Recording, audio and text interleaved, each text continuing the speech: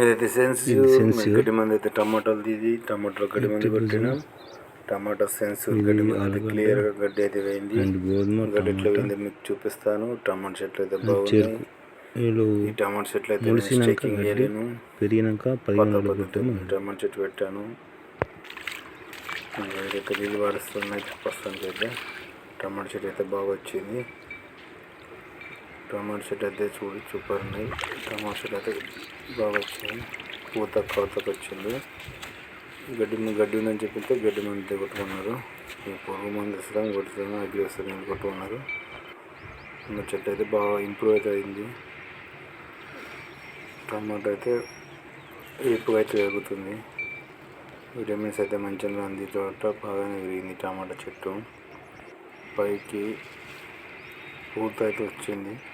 సమ్మర్లో ఎట్లా ఉంటుందని చెప్పి అనుకుంటున్నాను. ఇది సమ్మర్ కాబట్టి సమ్మర్ సీజన్లో కాయలు ఎట్లా వస్తాయో కాయలు వస్తుంది కానీ కాయ పిండి అయితే వస్తుంది.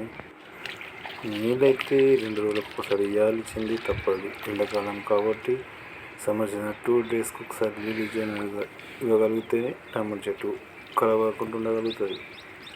ఎందుకంటే సమ్మర్లో ఎండలు బాగా ముడతాయి కాబట్టి దానికి ఎక్కువ అవసరం ఉంటుంది. విటమిన్ ఎక్కువ అవసరం ఉంటుంది కాబట్టి మందు చెట్టు ఎక్కువ అవసరం ఉంటాయి. మందు తక్కువ అయితే పూత రాలిపోయే అవకాశాలు కూడా ఉంటాయి. పూత రాలిపోకూడదు అంటే దానికి సరైన పోషకాలు అయితే ఇవ్వాల్సిన అవసరం ఉంది. ఏ పోషకాలు ఇస్తారు అవి మీకు చెప్పదలుచుకున్నాను.